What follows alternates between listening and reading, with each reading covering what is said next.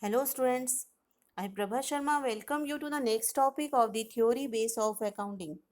Today we will discuss about the money measurement concept and the accounting period concept.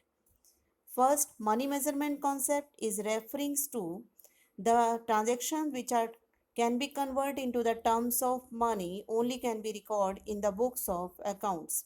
So it means every transaction first of all to be convert into the financial natures.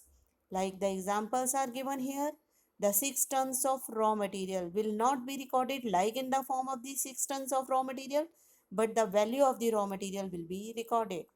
In the same manner, the 40 tables and chairs are listed here will not be recorded like this, but the value of the 40 chairs and the tables will be recorded. Only the money value will be recorded.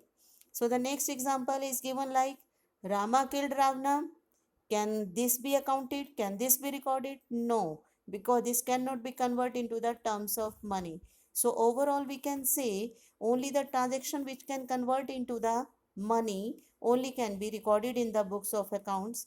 Quantitative natures and the qualitative natures which don't have the terms in the terms of money will not be recorded here. Accounting period concepts. Accounting period refers to the 12-month periods for calculating the profit or loss of the organizations over a one particular year.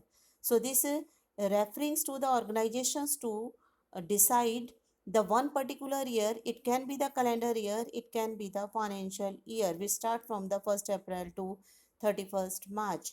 But normally the income tax authority and the company generally use the financial year in place of the calendar year because the income tax authorities are accepting only the financial year.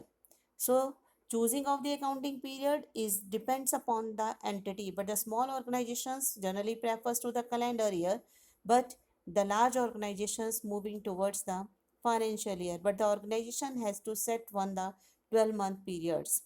And now once a period has been set, it cannot be changed.